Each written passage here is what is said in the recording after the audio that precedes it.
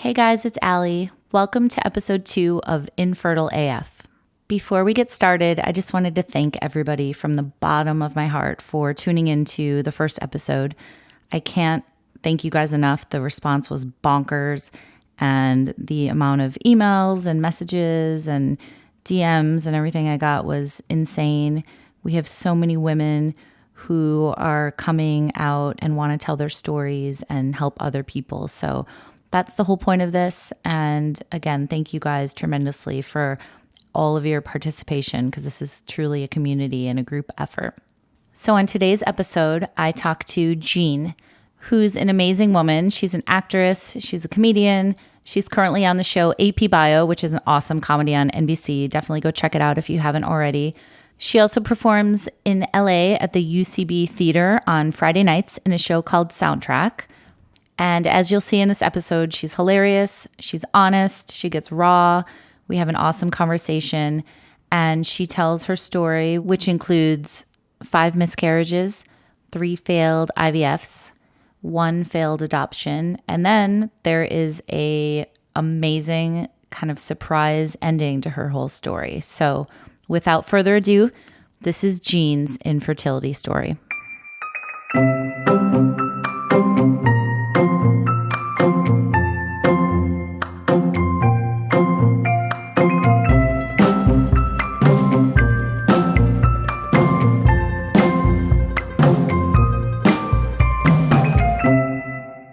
Hi, thank you so much for doing this.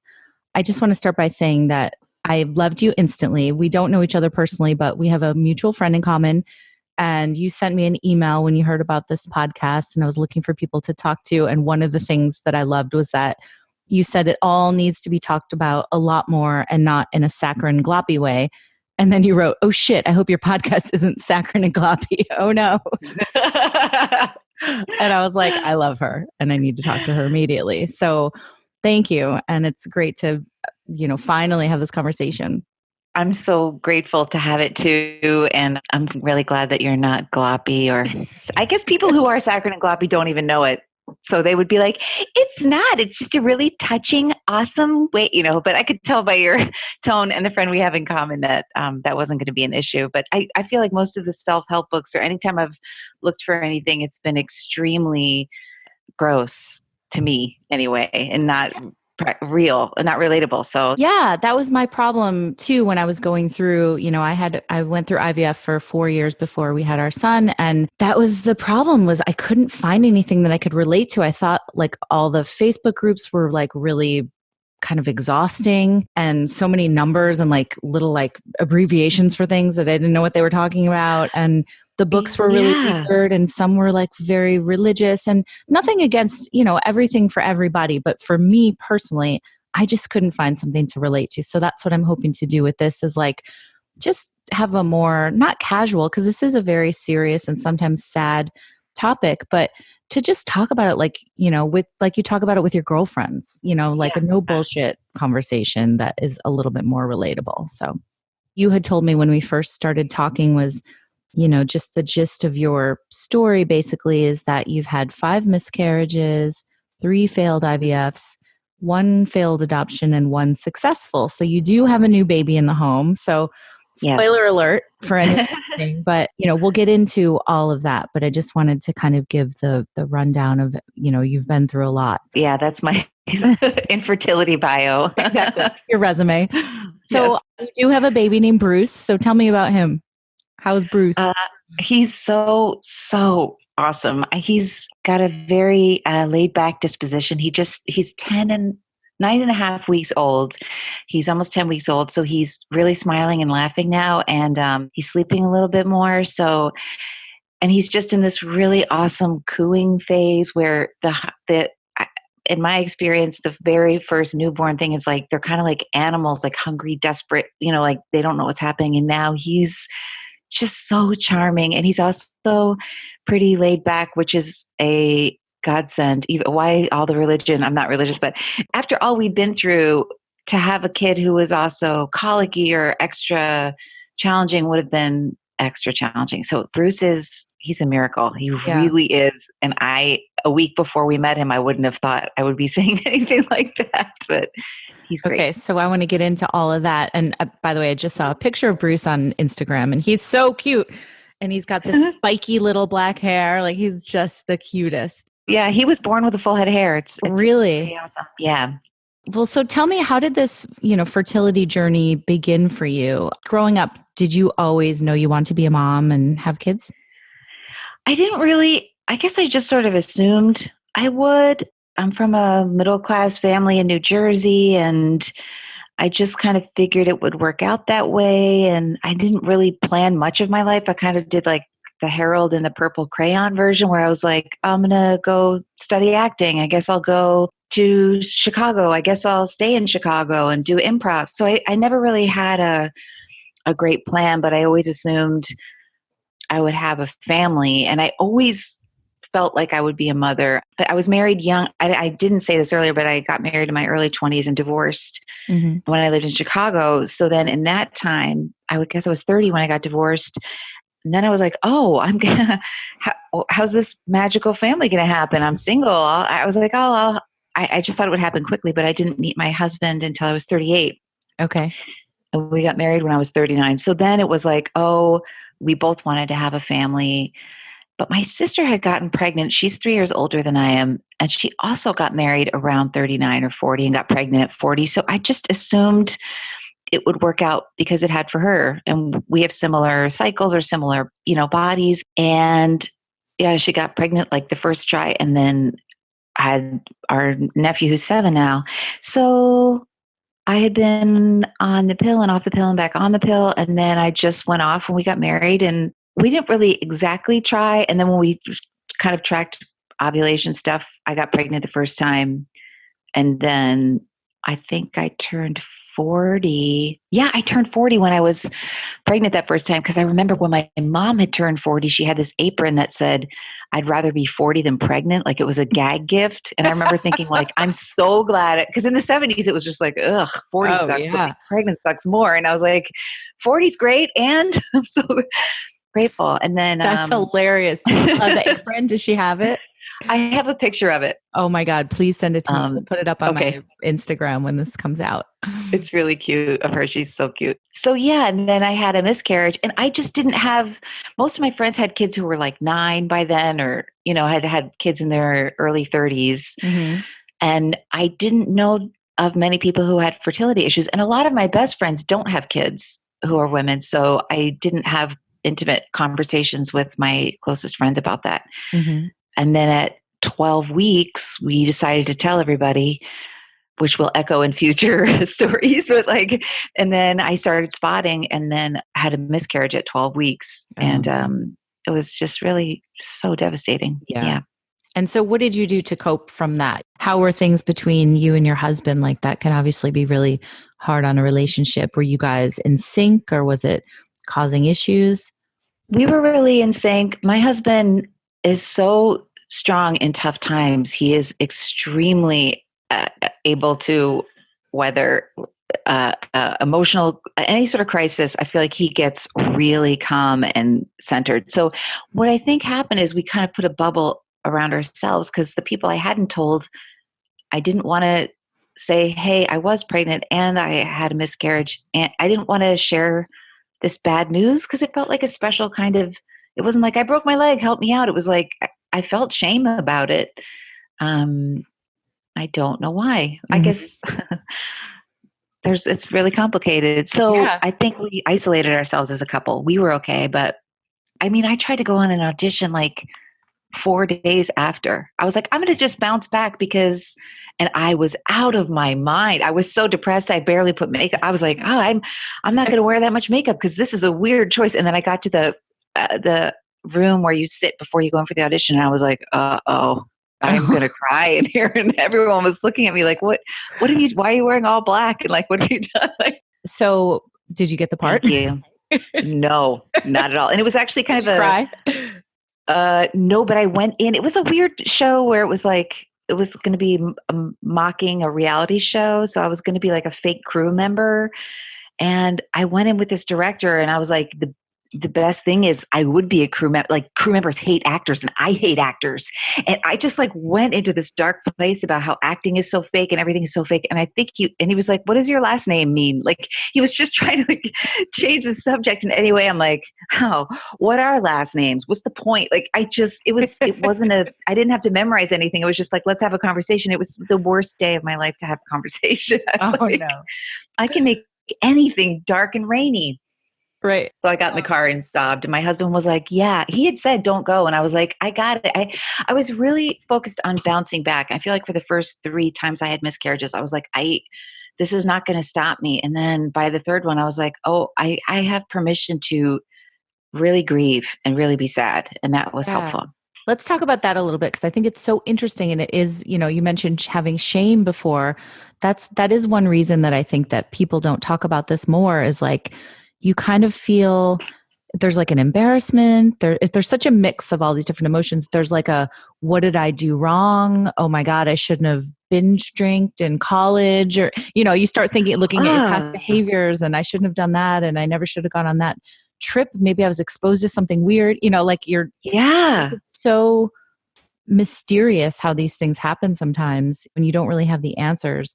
I think as women, we have a tendency to really like flagellate ourselves and blame ourselves and get into this shame spiral. And I do it myself too. And I did it while I was going through it. But why do you think that is? I think there's a relation to like period shame. I came from a very, I don't know, shame heavy house. I mean, very like out of the 50s, like don't talk about it. Like I didn't even want to ask for medicine for cramps. Like I remember my mom saying like, you could take Excedrin if you have to. And I was like, never mind. I'll just bear it. Really?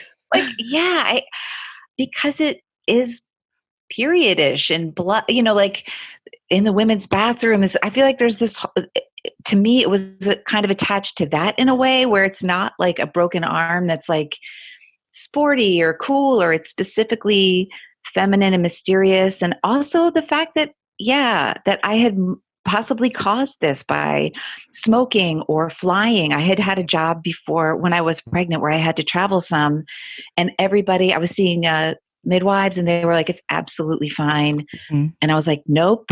And I was doing these kind of presentations, and I was like, all that energy, I can't give any energy out into the world, like acting, and I have to just focus on this. And I had I don't know, I came up with a lot of different crazy ideas for why it had happened, besides the fact that I was 39 and my eggs weren't good or viable. Yeah. And that's the thing, is nobody really sat me down and said, at 35, it kind of plummets. And then at 39, well, you're pretty much fucked. And it's so funny how that knowledge just is not out there. You're taught your whole life to be scared of getting pregnant, and you think it's going to happen so easily.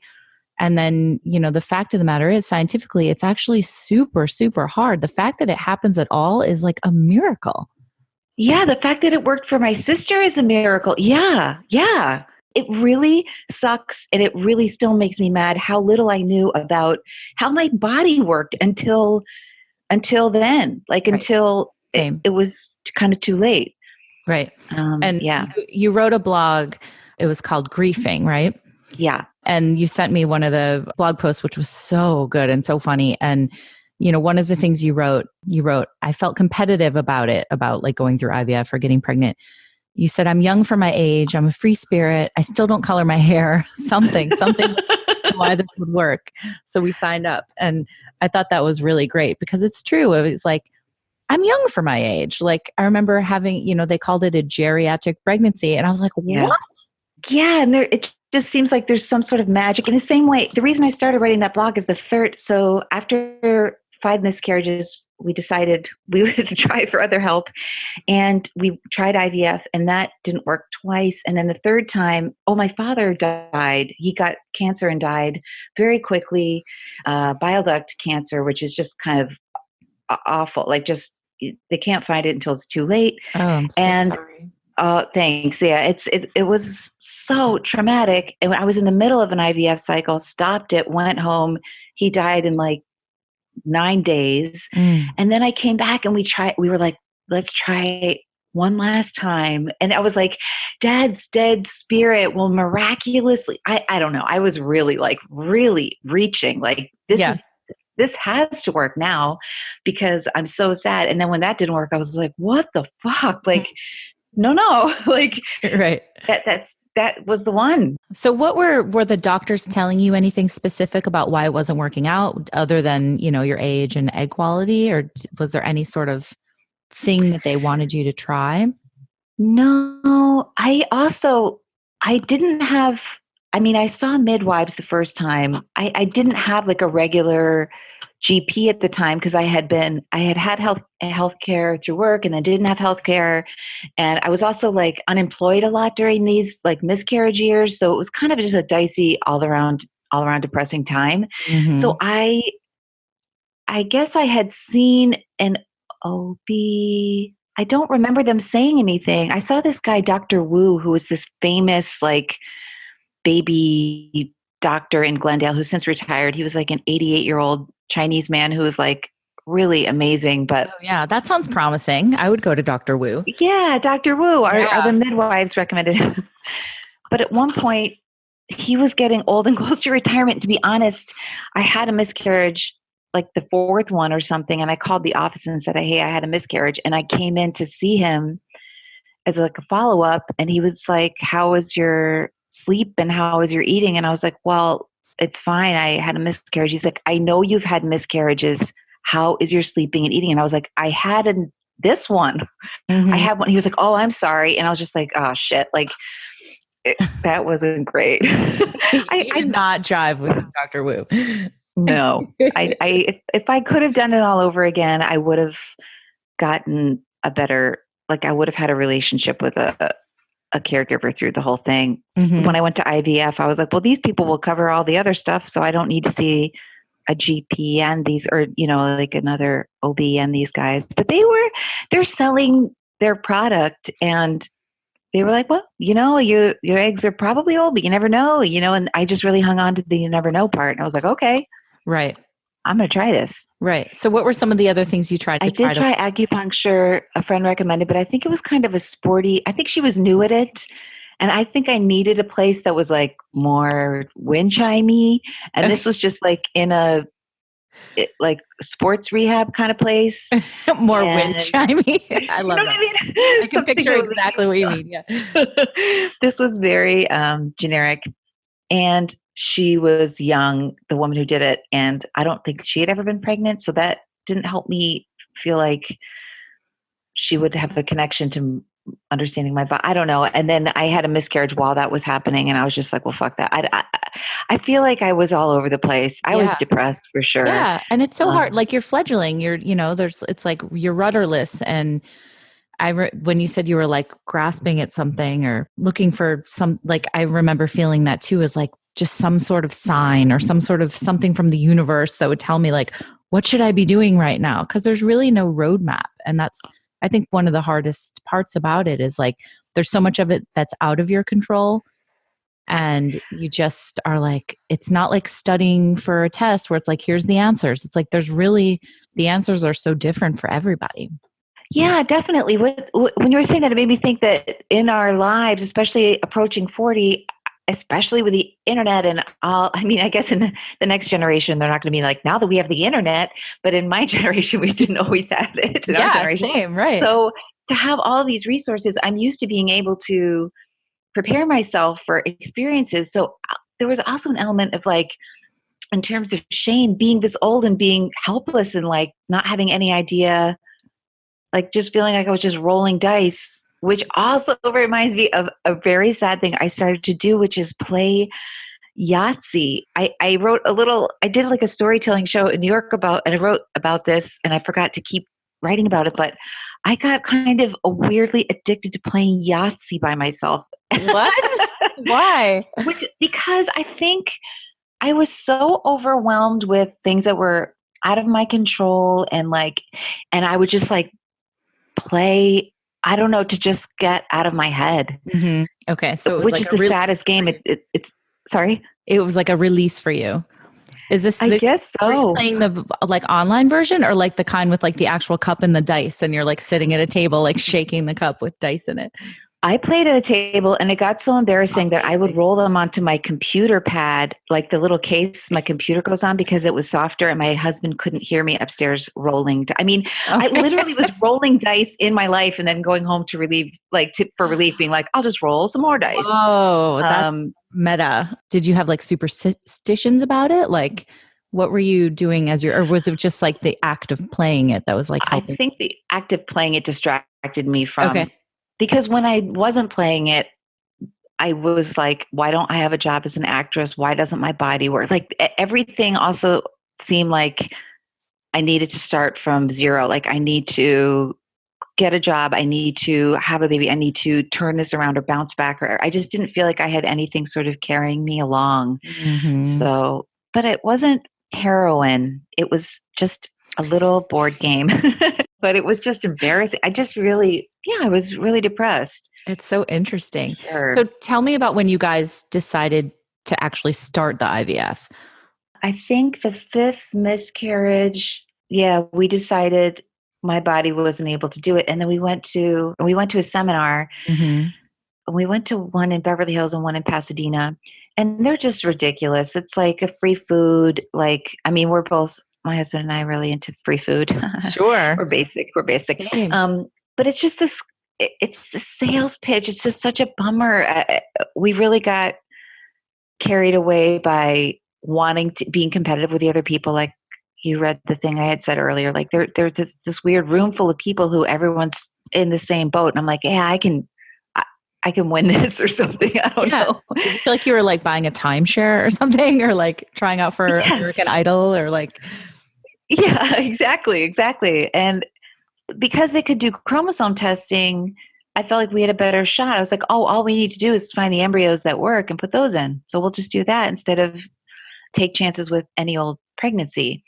And I just really also went into it not knowing what the whole process was. And when they talk about it clinically, it's like, oh, you will have these injections and then a trigger shot and then we'll transfer the embryo and everything just seems really smooth, but mhm. it's really upsetting. And then again, it's like after having five losses, I didn't want to.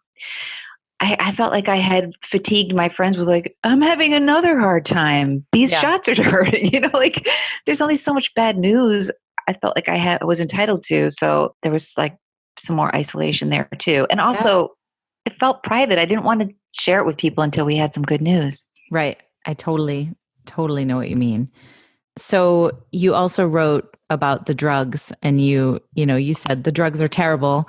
If you would have asked me a year ago, I would have cocked my head and said really high, it's actually not that bad, but it is that bad. So tell me about the experience of the shots for you. And did you ever have to give yourself shots in like a strange place? Like I had to do it once in like a gas station bathroom on my way to the I read airport on the that in way. And your email. That's there was like other awful. needles in the trash can that were probably like heroin, whatever. And I was like, oh my God, I'm going to get arrested. There's probably like cops stationed outside. When I come out, I'm like, cuff me. Did you have anything like that I happen? didn't have to do that. I Okay. was home most of those times, and a friend had recommended a different meditation thing that was like this Australian woman. So I would do the shots and then go upstairs. I would listen to this like Brazilian music that I liked, Mm. eat a piece of chocolate, and then go upstairs. And there was this Australian woman who was like, your ovaries are a fertile garden. My accent is the worst. So, Oh, that was but good. That was good. your body is this garden. It's like beautiful, growing flowers. So I was like cynically like, this is such bullshit. But like, okay, put that aside. Imagine my body is a fertile garden. So I would just lie down and listen to that and then just be like, okay. But I remember one day I went back to, because they check your blood every other day or something, or your levels. And the woman who was taking the blood was like foreign. And she was like, she had had a bad night. I was like, how are you? And she's like, having a hard time. I'm doing work. And then the women's do all the work and keep the home. And it's so hard to be a woman. And I just started crying. I'm like, yeah. Like, Oh, I didn't even know this woman at all. But I didn't, someone else later told me that by that time, by day, whatever, 6, your like your hormones have been affected. they didn't really walk me through the emotional journey of it. They were like, this is what happens. Your eggs will, we'll give you all these shots. All of these eggs will develop and then we'll extract them. But there was no discussion of this is going to make you feel sensitive, or it's going to be easy to give shots the first few days and then your skin gets sensitive. I didn't even realize that was because of the drugs. I thought I was becoming weak. Yeah. Or there's no one that says, oh, and you're going to be batshit crazy. Like you're going to be crying in Pampers commercials. And like, oh yeah. In retrospect, it really messed with my head. I mean, I was like pretty cray during the whole time. I mean, I don't know how. So hard. I think my poor friends and family, and my husband in particular, like I think they were just like, woo, like let's keep it moving here, because I was just insane. It made me insane. It's too hard. Yeah, it's so hard, everybody. It is, and anybody listening who's going through this right now, like just know that you're not alone. Like it's, talk to somebody, and it just helps to talk about it. Yeah. I felt like the more I reached out, then people were like, oh, I know this person did IVF, or I did have a miscarriage. And I was like, oh, why didn't anyone tell me right away? But it's because nobody tells anybody. So sometimes you do have to start a conversation. Yeah. You know what was a moment for me recently that really like struck a chord when I was thinking about starting this podcast, and then this was one of the moments that kind of cemented it. And I was like, oh, I have to, was when Michelle Obama came out and said that she had done IVF with Sasha and Malia. And oh my God, I could not love Michelle Obama more. She is just the goddess of all goddesses and the best person. But it made me realize like, oh my God, if she didn't even talk about this when she was in the White House for 8 years, but it just goes to show how hard it is to talk about this. Yeah, it does invite a lot of judgment, because there were plenty of people who were like, I don't know if you got this, but with miscarriages, like, well, God, it's God's plan, or weird shit where you're like, no one said that to me. I would have punched him in the face. Oh, or like they're not all meant to be, or what's meant to be is meant to be in this kind of plan that like, which implies like maybe you aren't meant to be a parent right now, or just deeper stuff, or maybe I was inferring all that, but there were judgments. So putting that out there does invite some unsolicited advice and opinions. And I also, when you were just saying that, it reminded me that when other people had gone through it but had a kid, I just couldn't. And some people might feel this way too. Like, I know that Jean, whoever, had all these losses, but now their adoption went through. So good for you. But for me, I don't have a fucking baby, and it's really hard. Like I didn't want to talk to anybody who had a baby. I didn't want to go to any baby showers. Yeah. I really dropped out of that. And that's a lot of social time in your 30s and 40s for women. Absolutely. Yeah. It's hard. You feel like a jealousy towards people that make it seem so easy. And then on the flip side, I don't know if this is the point you were trying to make a little bit too, but once you do have a baby, talking to people who are still struggling, and they're like, oh, whatever, you got your happy ending. Like, you don't know what I'm going through. And I think that that's one of the sensitive points of like doing this podcast, is like, I'm hoping to cover stories that have happy endings and also don't have happy endings, because I do want to show the range of like the different journeys that people have when they're going through this. Like, yes, you've got your Bruce, and I have my boy and my 9-year-old daughter as well, but we still went through the shit, and it's worth, talking about. Yeah. By the time before we had been waiting to adopt for almost 2 years. So we were having a conversation this fall, my husband, Brian, and I, like, okay, so we're probably just not going to have kids because we're getting older and we haven't been picked because we put our profiles out there and nobody responded. And it's like, okay, so this is done now too. Like, this is our last chance. Mm-hmm. We're not going to wait 10 years, and the last IVF thing too, like, oh, my body is definitely not going to be able to do this. Right. Okay. We're not the people with the happy endings. Or I think the hard thing about talking to people along the way who do have kids is like, well, this didn't work. And then this did work. Right. So there's this idea like, that'll work for me too, but it's so different for everybody. Definitely.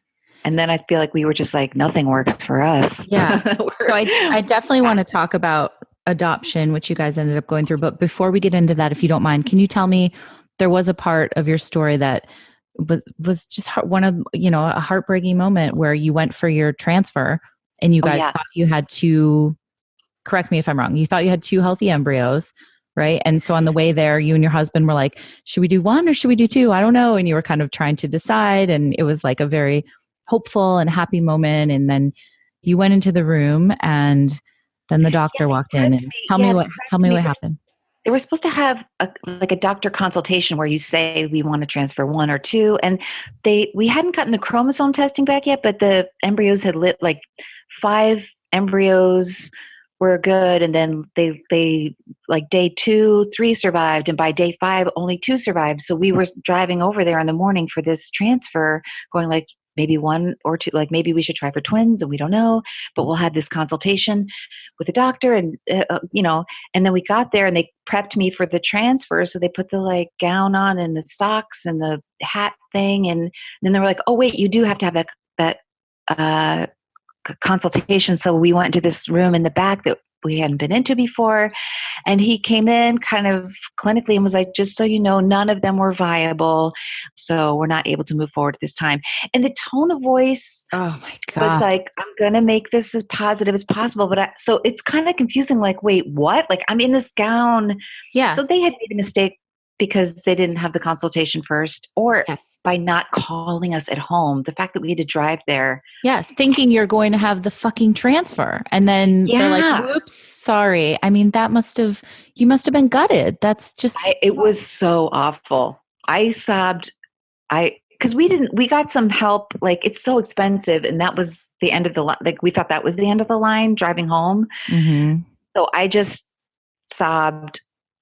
So I had never cried that hard in my life, because it was the first time in my life where I felt like something was completely unavailable. Like that was over. That was done. I couldn't fix it. I couldn't go back. I couldn't make myself extra healthy. But then luckily we got to try 2 more times, and I had that feeling again a year later. Oh my God. That sounds so bitter. No, it's true. It's real talk. And there's another part of your blog that was so good and so well written, where you just talked about like, you finding out that every period you ever had was for nothing. You're getting gray pubic hairs and everything's starting to go away. There's no diet that can help you, no mint tea meditation that can make time go backwards.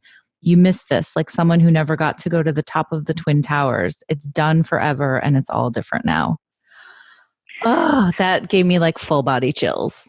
It's so sad, and it's so true. Emailed that to me. Yeah, I cried rereading it. I had forgotten I wrote that. And I was like, so powerful. It still makes me sad. Yeah, it sucks. It's so devastating. And my mom had 2 babies. She couldn't relate. I didn't know who to relate to. I felt like, I did feel like a failure, especially because in some ways we had tried so hard in so many different ways and it didn't work. So that's failure, right? Like that's how I thought.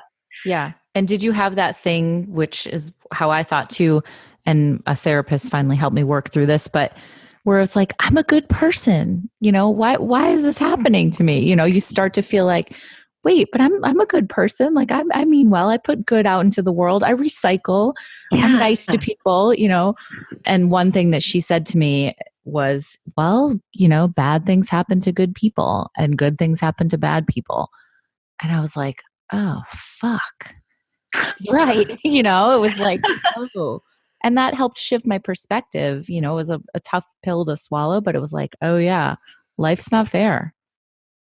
Yeah. And it's good to be reminded that, again, that we don't have any control over it. It's not anything you did. You do good. You are a good person. And this sucks at the same time. It doesn't mean that you failed in some way or you could have done anything. Right.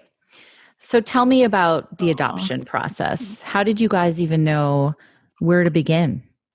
Well, friends of ours there was a couple who had done IVF. I think they tried once and it didn't work, but they adopted a son. So we asked them, and I remember she had said to me when I started IVF, she was like, just go right to adoption. Oh, really? Yeah. I felt like I don't want to do that. I felt resistant to it. And also it was after my dad had died. And I just felt like this isn't a substitute for having a natural baby. This is a different whole thing. I want to wait. But then sure enough, it takes 2 years. Like it doesn't have to, but it did for us. So the sooner you get started, the better. Mm-hmm. So we went to another seminar, which P.S. they only had free donuts. The IVF seminars have much better food because they make a lot more money. Amazing. Did you But get a timeshare though while you're at it? You have a great place down in Palm Beach. Boca Raton. Oh, why did I go? Yeah. So we went there, and again, they're selling a service. It's complicated. The lawyer spoke for a while and was very optimistic. And other friends who adopted said, and this is true, the good thing about adoption is eventually you'll have a baby. If you want to have a family, it will work out. It might take 2 years, or even, I know some people have waited 5 years, but it's not like rolling the dice in any way. It's just a matter of time. But it sounded like it would be quick. And again, I was like, we're the coolest people in this room easily. So this is going to happen in like a week, no doubt. We're younger than some of the people. Some of the people are weirdos. Come to find out, we are weirdos, I guess, or either you just have no control over who picks you. So in this setup, we made a profile, sort of like a dating profile, and then they send it out. The birth mothers reach out through, they see ads for this place through whatever, online, or through, there are a lot of different resources, different advertising, and then they pick the parents that they want.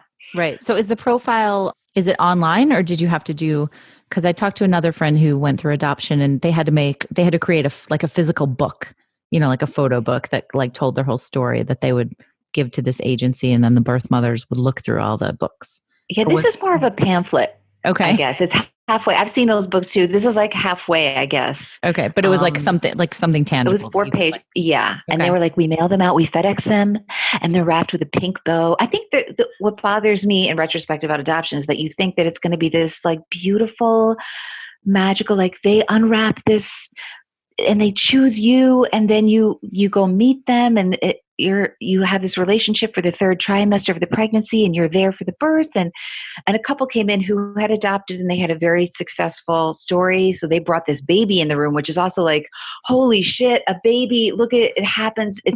There's a baby, and real it looks like them. Yeah, like this is going to happen. Which is like bringing in rude, actually. In retrospect. Totally, it's like bringing like a prime rib to people who are starving to death. Like, look at this delicious meal. Right. So the truth of the matter is, everyone who's entering into adoption most of the people are, I can really only speak for myself, but are pretty desperate. Like they've tried other things and they can't have children naturally, and they really want this.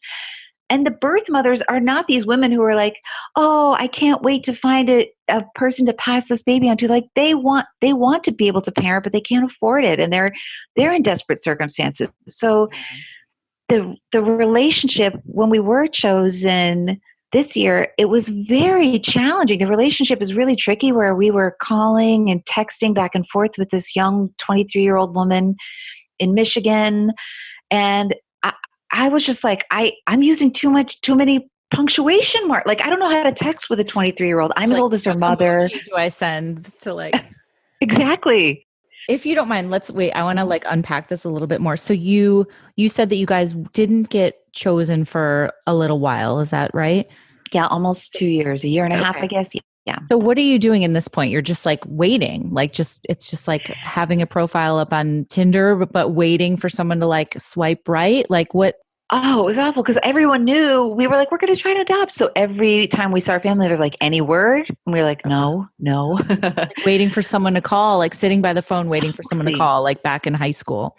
Exactly. And they would send you every month, you get an update, like 8 people looked at your profile. It's like, oh, nobody. And then like a year into it, it was like 20 women looked at your profile and you came in 3rd once. We were like, what? We didn't even come in 3rd all year? Like we didn't realize that was even came in 3rd, like compared to all the other profiles. So yeah. So even when we were only, even on the less fruitful months, we didn't even come in 3rd for a whole year. And then we were like, we're not good at this. This might not work out. Tough. Yeah. Because I'm sure you were like, well, what can we do differently? Or like what, but you have no control over it really at that point, right? Yeah, we did put different pictures on our profile. Also, there's sort of different categories for mental health or drug use or race or these different things. So if you're really tight, they kept saying, if you want a white blonde baby girl, it's going to take a while. And I was like, that's gross. So we opened up our filters a little bit, and then Okay, we were I see what you mean. presented to more birth mothers. Gotcha. Okay. That makes sense. And we did change our profile pictures. But by the time the birth mother chose us, she was a different race than we were. And when we talked to her over the phone, she was like, "Are you going to tell this boy he's adopted?" And we were like, "Yeah, yeah." Like, we're Clearly. white. Yeah. Yeah. But I don't think she had thought it through all the way, or she was scamming us. That happens. So 15% of adoptions fall through. Wow, I didn't know that. I didn't either until a friend told me. Yeah. Again, how would we know? Yeah. So then that was kind of a rickety relationship. So where was this she had the first one, the first time you went through it when you talked to this woman? Or was Yes. this? Okay. This was our first match. And then she had some legal issues also. And there was a lot of stuff that we had said no to that we were like, well, actually, it's okay. If she has been arrested, that's not a reflection of this baby. You know, all we want is for him to be healthy. We don't care about anything else. That's all situational.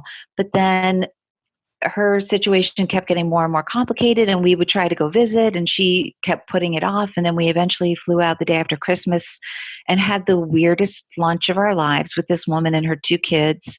She was 8 months pregnant, and her boyfriend. And we were like, you know, they were looking at us like, who the fuck are you? And we're like, hi. I mean, it was just so nerve wracking. And then after that, she was due in early January. It just started to get really dicey. And she was like, I don't know how I'm going to tell my kids about this. And I'm not sure. And the caseworkers for the lawyer were like, it's fine. All birth mothers freak out. Just relax. And I was like, she needs a therapist. Like, she needs a social worker.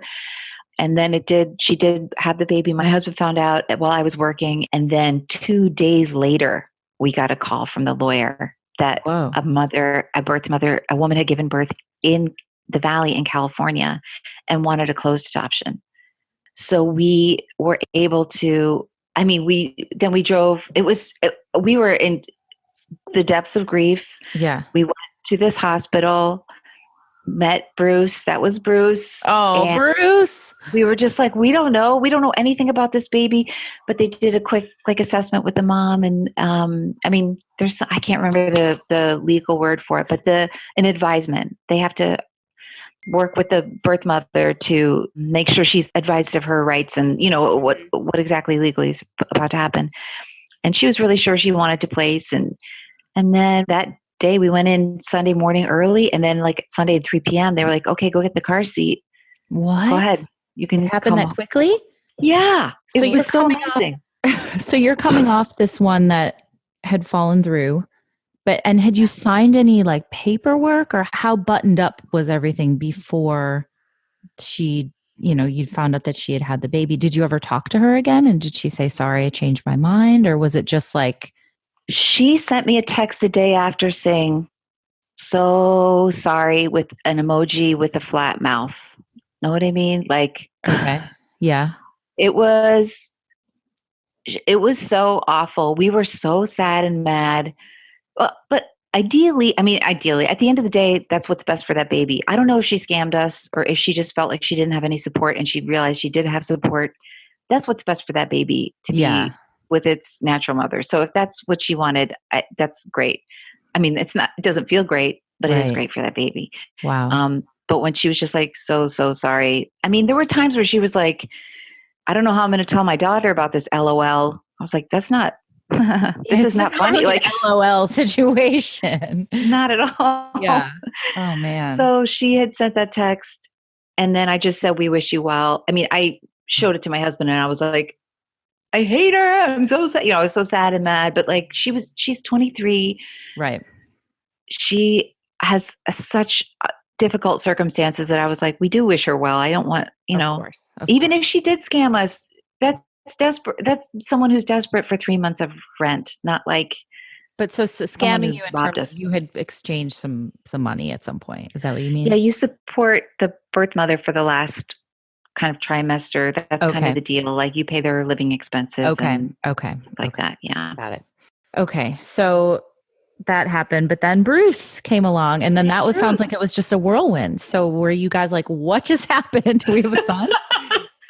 We were. And also when we had planned for the Michigan birth mother, we told everyone a week out again, like, we're going to tell everybody, we're so excited.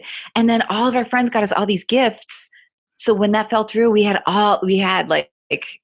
Brian had painted the nursery. We had this all ready to go. So we were just like, that Friday and Saturday, we were like, we have to put this stuff away. We have to clean up as much as possible. And then Saturday, we do have a baby. All of a sudden, Sunday we came home, we did have a baby, but we had a stroller, we had a changing table. So we came home Sunday night. Brian put together this pack and play. We had gotten tons of hand-me-down clothes. So I was going through the clothes like, this is newborn, this is 0 to 3 months. Mm-hmm. This is how you change a diaper, his umbilical cord. So like it was like a crash. It's so much so fast. I think we were in shock for the first 3 weeks. I'm sure. Month. Yeah. And this is new. You said he's how many weeks old now? 10 and a half? Yeah. Yeah. So this just happened. You're still probably trying to process it all, I would imagine. Oh, no way. Yeah, totally. Yeah. I'm sure. You're like, no, we got this. We're good. Yeah. It's amazing. It's absolutely amazing. So what's your favorite part of being a mom and being Bruce's mom? Well, we did have a meeting with our social worker. When you adopt, you have to meet like once a month. You have to get screened first of all and fingerprinted and blood tests and all sorts of stuff. And then you meet with a social worker to do a home study because you're basically fostering until they're legally adopted. It's a lot of scrutiny. It's hard on another level because you have to talk about all your losses and all of your relationships in your life. But then once you're on the path and once you have a baby, it's like very exciting. And I remember having said to Brian, like, I don't want to have conversations with everyone like, oh, you adopted. Okay, that baby doesn't look like you. Or, I was like, that was a big issue about adoption for me where I was like, I just want to have a normal family. Obviously, there are no normal families, but right. Bruce does resemble us. He's not, his background isn't the same as our backgrounds at all, but he does resemble us some. And I think people think he is my natural son when we take him out, our biological son. But I quickly, if they're like, oh, he's born with a full head of hair, I'm like, well, he's adopted. It's not, it's not something that is, I can't take responsibility for it. And I'm really happy to have this conversation with people. And I do feel, we were just like, I don't want to be the advocate for adoption. And now I do feel strongly about it. Like there are these babies who have this need and it's such a fulfilling thing to do. And I also want to put in a caveat that our social worker said this morning. She was like, well, don't do that his whole life. When he's a child, let him choose when to tell people he's adopted. Don't go marching around going, this boy is adopted, because he might not always want to have that conversation. But right, something changed where I feel fiercely proud about it and very protective. I don't think that makes sense, but no, that makes I do feel protective of him, but I feel very proud of it, which is a huge, when we started that journey, I felt like this is our last hope. We're sad people. And now I just feel like, 2 weeks in, my husband was like, let's get another one. Oh my God. Would you? Is that off the table? I think we would foster this time. Yeah. Yeah. Because the need is so great. And when I think about all the money that was spent on IVF, I wish I could have known that sooner, that money could go other places. And that one of the midwives said to us also, they're not really ours. We have them for 18 years or so, and then they go off into the world.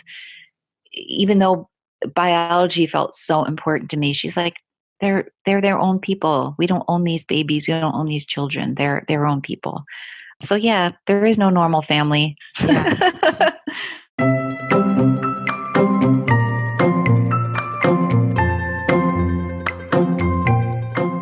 Hey guys, so that was my conversation with Jean. Sorry it ended kind of abruptly. I am still new at this, so like a dummy, I stopped recording before she and I had wrapped up our conversation and said our goodbyes. So that's why it sounded kind of weird. But anyway, thanks for bearing with us. Thanks for listening. And if you're into this podcast, don't forget to subscribe and rate it and pass it along to a friend who might like it. Thank you so much. Talk soon.